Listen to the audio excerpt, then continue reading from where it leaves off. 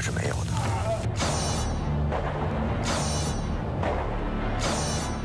你只要有朝一日演龟跟茄子，到后来所有紫色的东西都会来找你。我觉得他其实很对，因为有某种程度上演员有时候是被动的。其实对我来讲，当然我也希望变成芭乐或者变成番茄啊，可是我不见得有机会。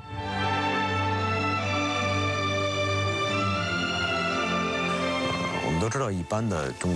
国大陆的很多电影在台湾市场和香港市场是，发行是不好的，啊，票房是不是很高的啊？但是我们，肯定是不会放弃这个市场。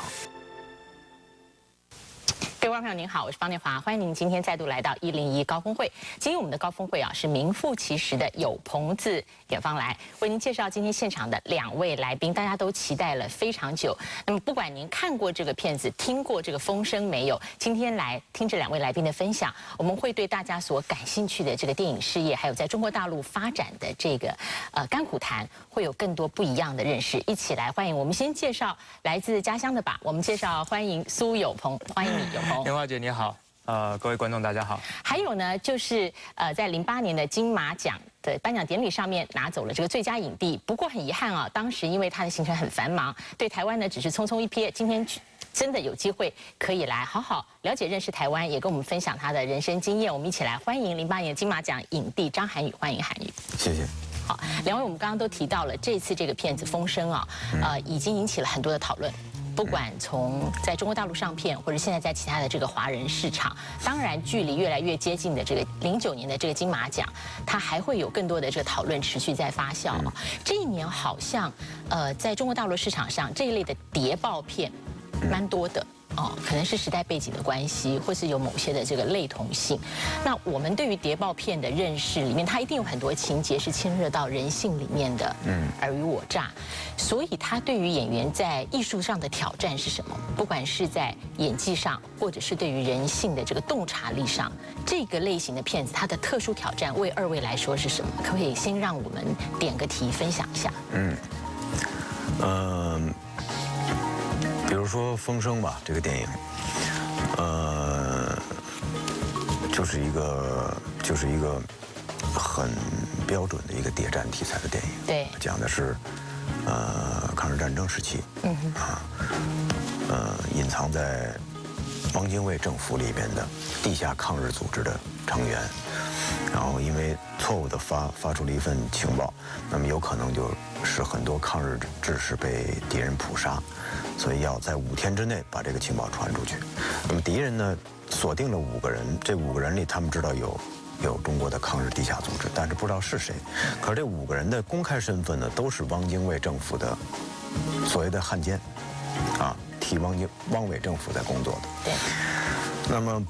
比如说我演的这个角色，他就是一个表面上是一个汪伪政府的一个伪军剿匪大队长，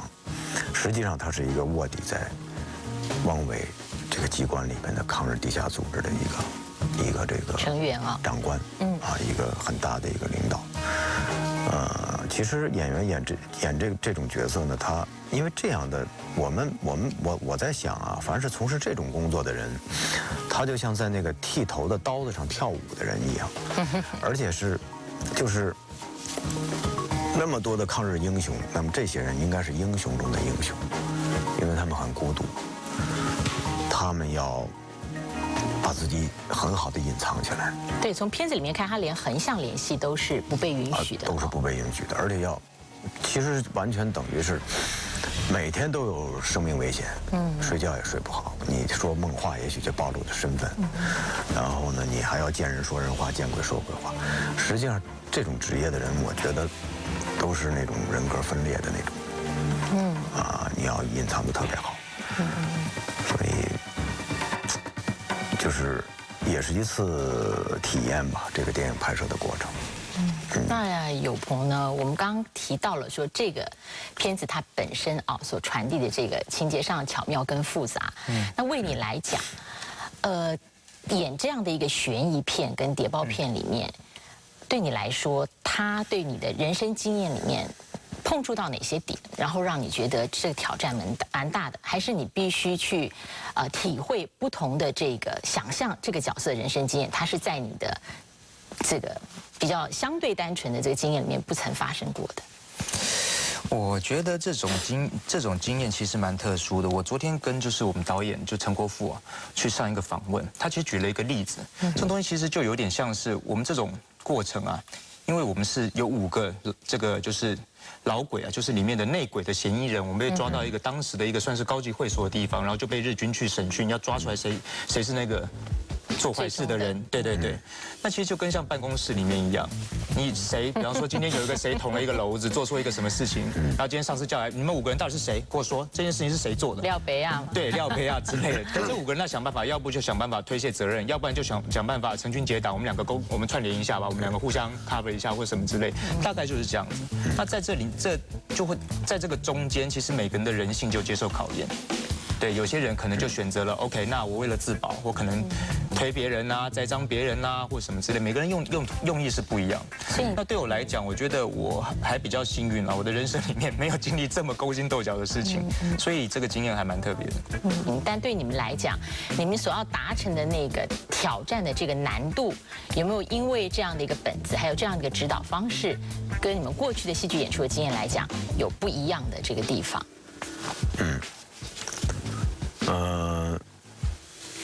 挺难的一个事儿就是说呢，因为我演的这个角色呢，要到最后才能让观众知道他是一个干什么的，之前要隐藏得很深，这个其实是一挺难的事儿，你要是你把自己很好的隐藏起来，然后，你又不能很概念化的去演一个坏人，比如说你又不能概念化去演一个汉奸大队长，你又不能很概念化的去演一个地下抗日组织的人员，好像很高大，这些都是概念化的东西，都不能有。那么你又很好的要把自己，因为它是一个谍战题材，悬疑，大家要猜，你又不能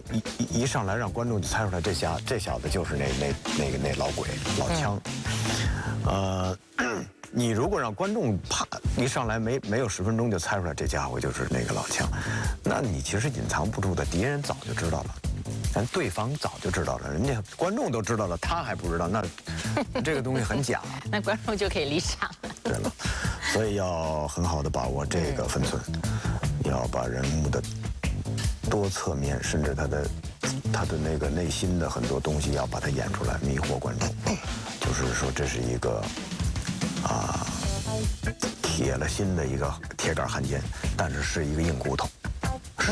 是一个军人，你有你参考的一种演出原型嘛？我们说，比方说什么类型的片子，我们就会想到哪一个人曾经达到某一种艺术水准啊，他是这么个演法的。你现在讲的这个名词啊，铁杆汉奸，你有你能够参考的原型吗？或者说，当你比较在你的记忆库里面遍寻不着，或者在这个中国电影的演出史上面不容易找到的时候，那对你来说，你后来用什么样的方式让自己能够拿捏那个到位？那当然不止到位是更好了。通常我演电影塑造人物的时候，我是不去参考任何人的原型的，不去看相同类型的电影也不会看，因为我觉得会干扰我。你就是你演出来的，你的想法，你用你的方式塑造了一个人物，就是你的。你如果去就是成立你如果去参考别人的东西，那是我觉得是一件愚蠢的事情。对表演来说所以就是完全凭自己的想象力，凭自己，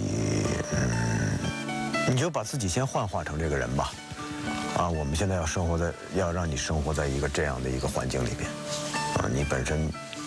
你的职业，我们说所谓的共性，就是这个军人的共性，那个时代军人的共性。然后，吴志国又有留学德国的背景。从德国受的军事教育，希特勒的那个军校毕业的，早年毕业之后回来加入国民党，然后跟随汪精卫又去了南京。那么你看，从外形上面，我给自己设计的都是德军的那种造型，小分头、小胡子什么的，又符合那个年代军人的那个。然后你呢，就是在这个共性中间寻找自己的个性，